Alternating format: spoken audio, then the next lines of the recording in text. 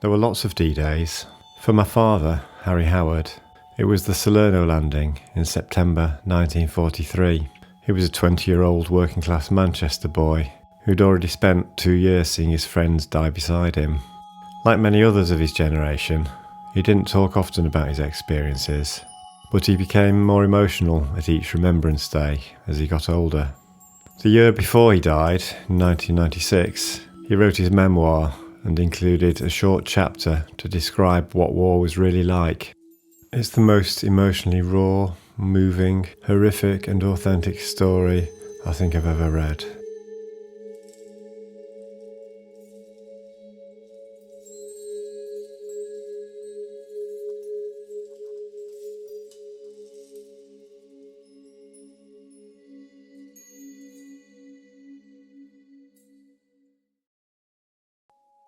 I'll begin when we were just out of Salerno harbour at about 0100 hours.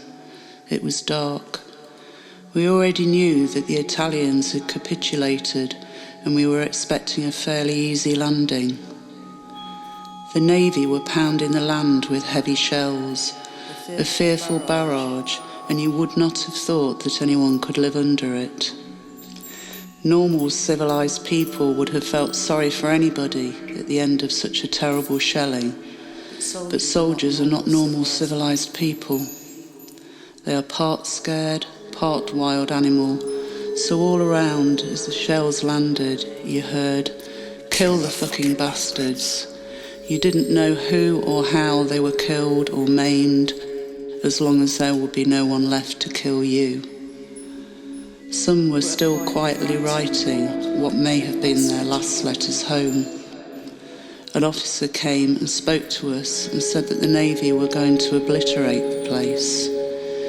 We knew that H hour was 0300 hours. The American Rangers had gone in earlier to check the landing area and the depth of the water, and we were to be the first infantry on the beach. It was known as Suckers First. At 0200 hours, we were told to get our kit on and get ready. This was a quiet time. Everyone thinking their own thoughts about what was happening at home. What was I doing here? Would this be my last few hours on Earth? And if I was going to be hit, please God, let me not be terribly maimed. There were no atheists going into battle. Then the order came to assemble on deck in full kit. This broke the silence as some weren't quite ready. What's all the fucking rush? We'll bleeding well get killed soon enough. Then the platoon sergeant yelled, "Come on, you lazy fucking bastards, get your fingers out of your arses and get up on deck." With my wireless on my back, I was carrying about 80 pounds, and I knew I had to go over the side, climb down the cargo ropes and into the assault boats. My one thought was that I had done it in training, but this was very different. As we got on deck, we got a drop of Navy rum, and then the order came, "Over you bloody well go." At the bottom of the ropes, you had to time your jump into the boat so that it had bobbed up towards you, and that there was lots of swearing and cursing as people timed it wrong and banged themselves on the boat. It was rather daunting when we saw the medical orderlies coming down with their stretchers, a reminder that bad things could happen. We all got into the boat and set off for a rendezvous in the bay, and then headed towards the beach. We knew that there was a 3-foot sea wall about 40 yards up the beach, and were told to remember this in case we needed it for shelter. As we were getting nearer the beach, they started throwing everything at us. Somebody shouted, "What the bloody hell is happening? I thought those fucking big guns had cleared everything. What a load of bullshit." And somebody said, "You're fucking well dreaming if you think we're going to walk in, get ready for everything." Someone else shouted, "I thought they'd soften the bastards up." All you could think of is what would happen when the ramp went down.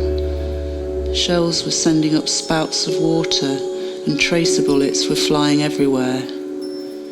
Tracers always seemed to go in slow motion, and it seemed as if you could just reach out and catch them. As we got near the beach, the platoon sergeant stood on the ramp and shouted, "Come on, you bastards, kill as many fucking Germans as you can. When the ramp goes down, follow me."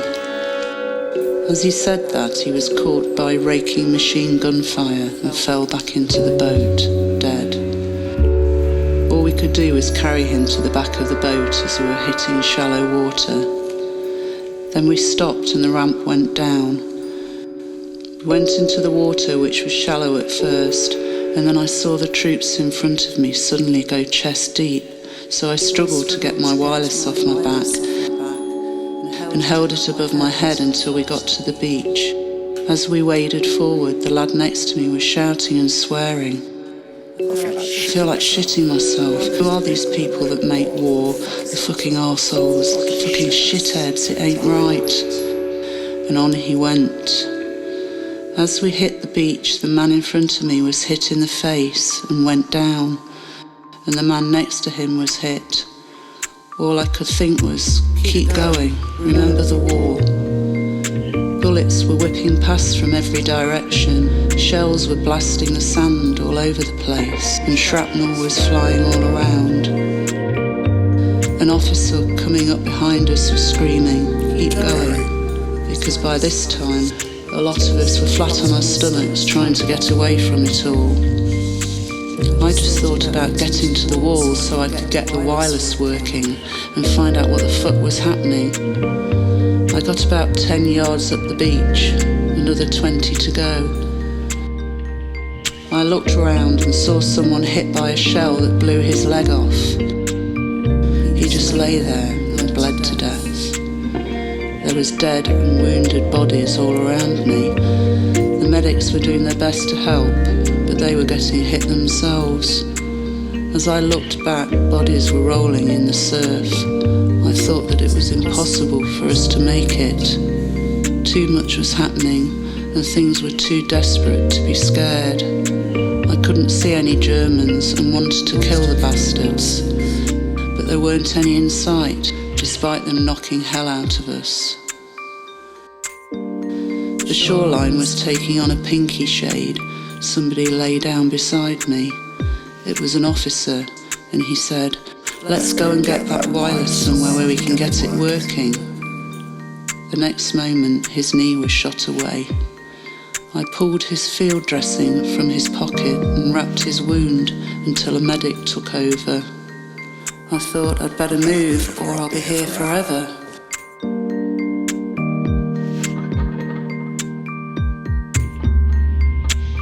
It was daylight now, and we'd been here for hours. It was a shambles. Nobody knew what to do. We couldn't get off the beach, but finally got to the sea wall. We were just stuck there, hundreds of us, and many dead civilians who'd been killed by the bombardment from our warships. I tried not to listen as the wounded men moaned and groaned. Other than put a dressing on, we could do nothing. Then a sergeant appeared from the other side of the wall. God knows where he came from and how he got there. No steel helmet, and he was actually smoking a cigarette. He just stood there and said, "Get over that wall, you shithouses, we can't stop here forever. Get going or I'll kick you in the balls." And he turned round and off he went. He got about 10 yards and was shot down dead.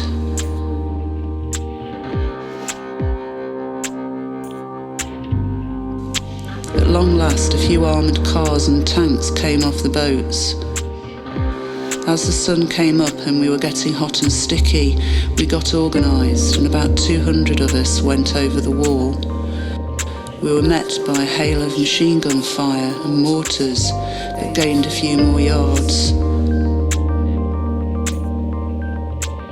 After 10 days we secured the beach, and at last we knew that we weren't going to be pushed back into the sea.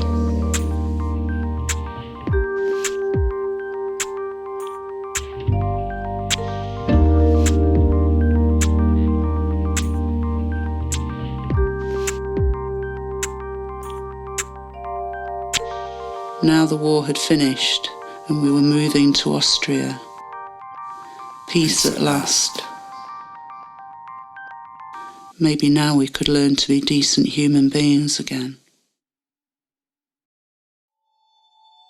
At the end of the chapter, my dad writes, "And now the war had finished and we were moving to Austria.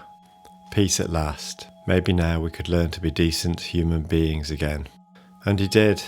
And he taught me that the lesson to be learnt from the bravery and sacrifice of his generation is to never let it happen again, and that the way to do that is to oppose discrimination and prejudice, and not to allow a culture that promotes hatred, scapegoating and xenophobia to flourish.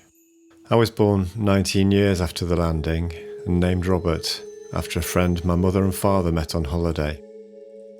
He was German.